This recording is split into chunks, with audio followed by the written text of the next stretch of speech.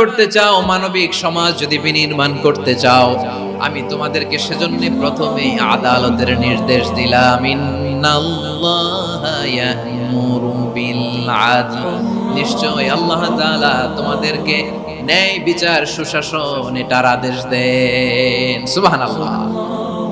আদাল, ন্যায় বিচারের আদেশ আল্লাহ তাআলা কোরআনের বিভিন্ন আয়াতে দিয়েছেন। আল্লাহ তাআলা বলছেন, ইন্নাল্লাহা يأمركم أن تؤدوا الأمانات إلى أهلها وإذا حكمتم بين الناس أن تحكموا بالعدل إن الله نعم ما يعظكم به إن الله كان سميعا بصيرا আল্লাহ তাআলা বললেন,